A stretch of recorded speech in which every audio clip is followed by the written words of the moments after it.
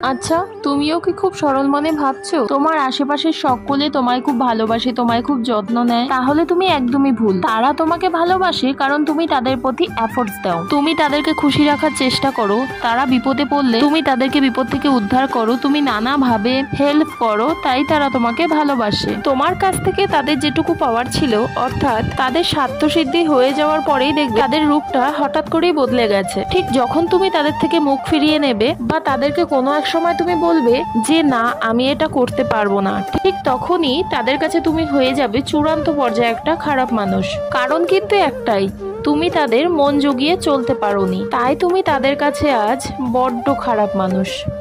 আসলে কি জানো তো, যতক্ষণ তুমি মানুষকে দিয়ে থুয়ে রাখবে, তাদের হ্যাঁতে হ্যাঁ নাতে না বলবে, ততক্ষণ তুমি তাদের চোখে খুব ভালো একটি মানুষ থাকবে। জানি কথাটা শুনতে খারাপ লাগলেও এটাই সত্যি।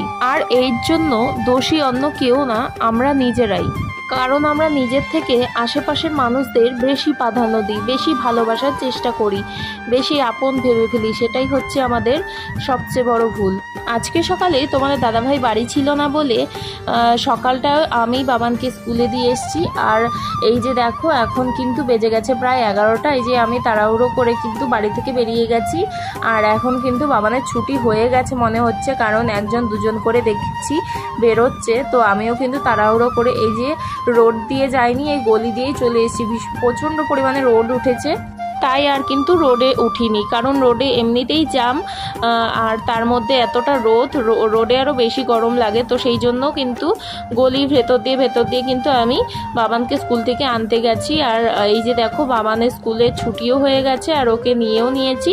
এবার চলো বাড়িতে রওনা দিই।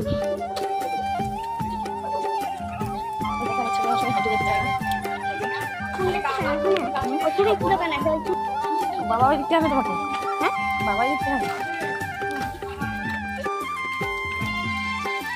দাঁড়া শর্টকাট মারবো, ঠিক আছে?